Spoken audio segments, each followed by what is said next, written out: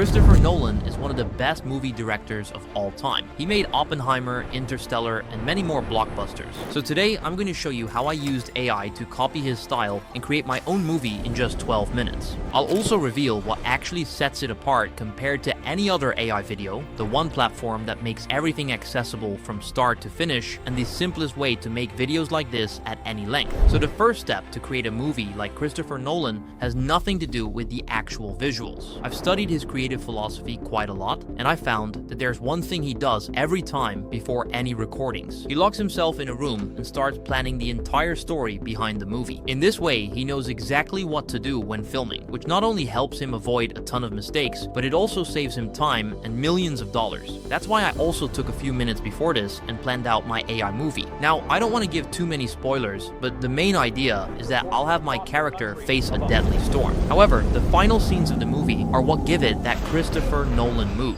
I'll show you in a few minutes what these are and how we can do the same, but for now, we need to create a character and a location image that we'll be using as references for the actual AI scenes. And like I said, anyone can do it, no matter if you're a pro or a complete beginner. And the only way that's actually possible is thanks to Higgsfield, which is an all-in-one platform that gives you access to all the AI models and features in a very intuitive interface. So if you want to check it out, I'll leave a link in the description down below where you can sign up. Now here's how it looks inside. On the top bar, you want to press on Cinema Studio because this is where we'll create all the assets. And the first one is going to be my character. So for this, I'll make sure image mode is selected. And for the model, I'm going with Nano Banana Pro. It's the sharpest option for this kind of shot, so no reason to overthink it. Next, I'll press this plus button and upload a character sheet I made of myself, which helps the AI see what I actually look like from every angle. And here is what I'll paste into the prompt. Then I'll set the aspect ratio to 16:9 and the resolution to 4K for the highest quality and press generate.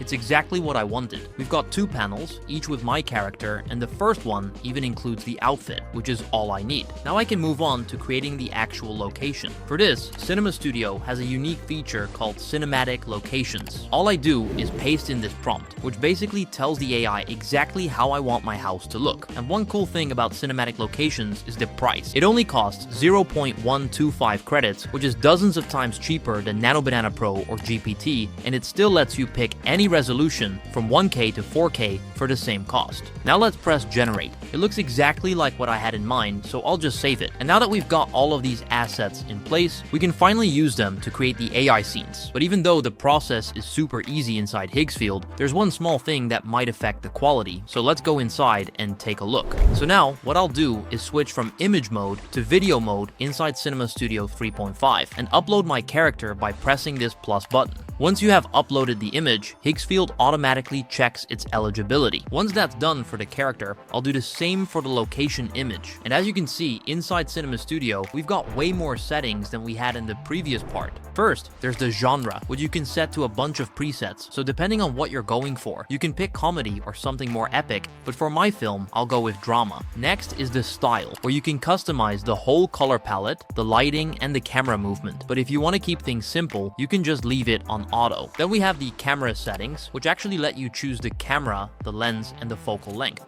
I only touch these when I know exactly what specific look I want, but most of the time, I just let the AI handle it because it's so good nowadays. Next, I'll set the aspect ratio to 21:9, the resolution to 1080p, and make sure the duration is set to 15 seconds and that the audio is turned on. And now I'll paste in my prompt. And here's that small thing I mentioned that can affect the quality. It's the actual structure of your prompt. You always want to keep it simple and clear, but you also want to give it a bit of structure. And what I've seen to work the best is to simply break it down into multiple shots. For example, in this video, I want 4 different shots. So I'll write a prompt like this, where it spells out what happens in each shot one by one. And as you can see, it also references my character inside, so the AI knows exactly what I'm talking about. So now let's press generate and take a look at the result.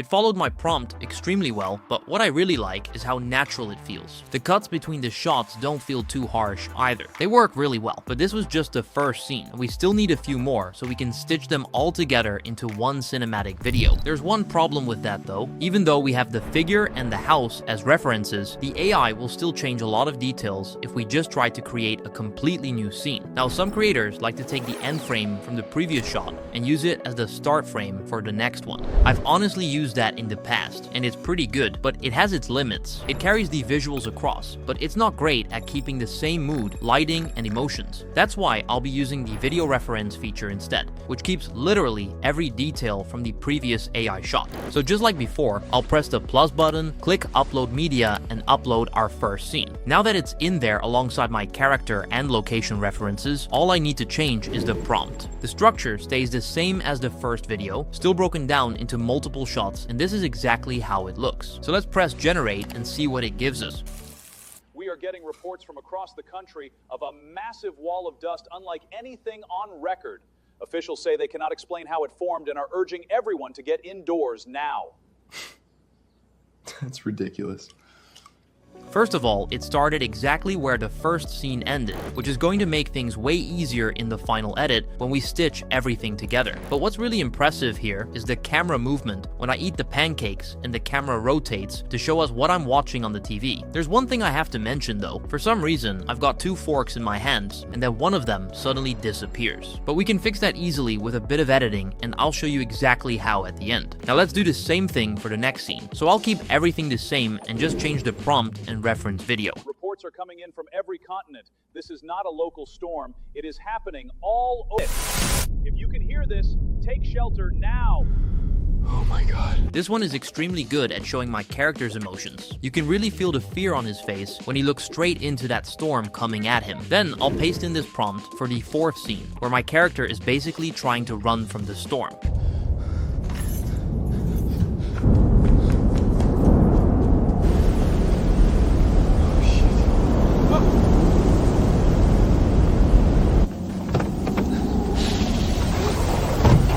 What I really like is how realistic the storm looks as it comes at him. It's crazy to think that just a few months ago, I'd be hunting for flaws in a video like this, and now I'm watching it and I don't even know what to point out, because most of it is already really good. But that's what happens when you use the right tools. For the next one, this is the prompt I used.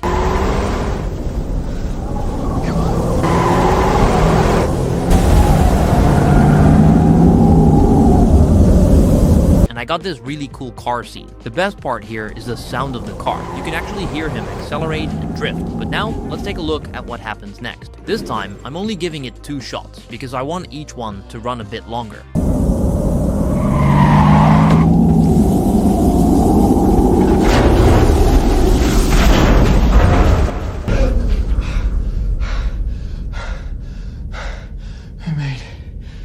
It really nailed the camera movement. We get this drone shot that keeps closing in. The only thing I'd point out is how easily he gets the bunker open and jumps inside. Other than that, it really shows the desperation and fear on his face. Now we come to one of the most interesting parts of this whole video, and honestly, I've been waiting for this one for so long. So the thing about Christopher Nolan is that he loves to play with time and reality, where everything is ambiguous and you never really know what's real and what isn't. And that's exactly what I'm gonna do with these next scenes. The idea is to recreate that very first scene where my character wakes up in the morning and make it seem like the whole disaster was just a bad dream. So what I'll do is take a screenshot from the first video and use it as the start frame for this video. So I'll add the start frame, then I'll add the character and location references one more time and set the duration to 10 seconds. Now for the prompt, this is what I paste in.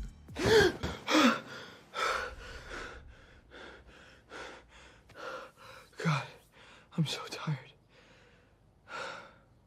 You can clearly see how much panic he's in and how confused he is about whether it was just a dream or not. But what comes next makes things even crazier. For the final scene, I'm going to use the second video we made as the video reference and set the duration to 15 seconds. Then for the prompt, I'll paste in this. Massive wall of dust unlike anything on record.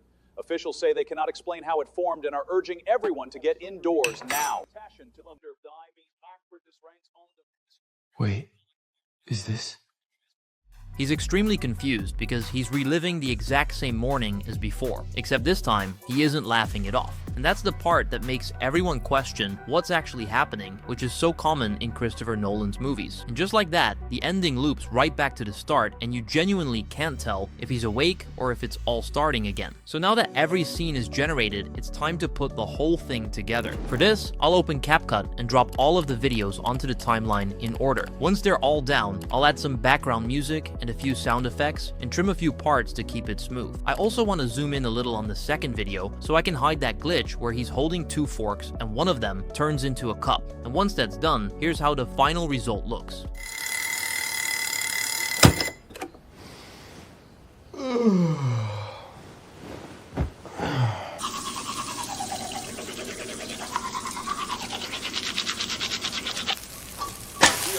Reports from across the country of a massive wall of dust unlike anything on record. Officials say they cannot explain how it formed and are urging everyone to get indoors now.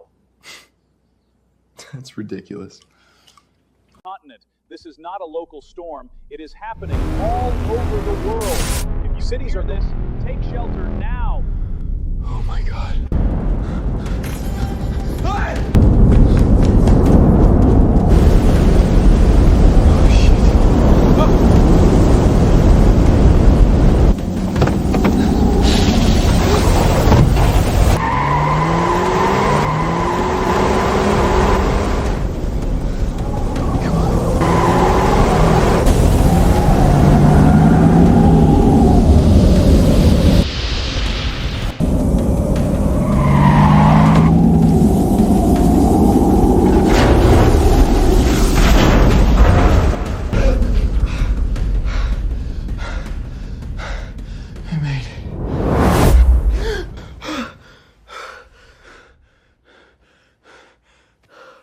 God, I'm so tired.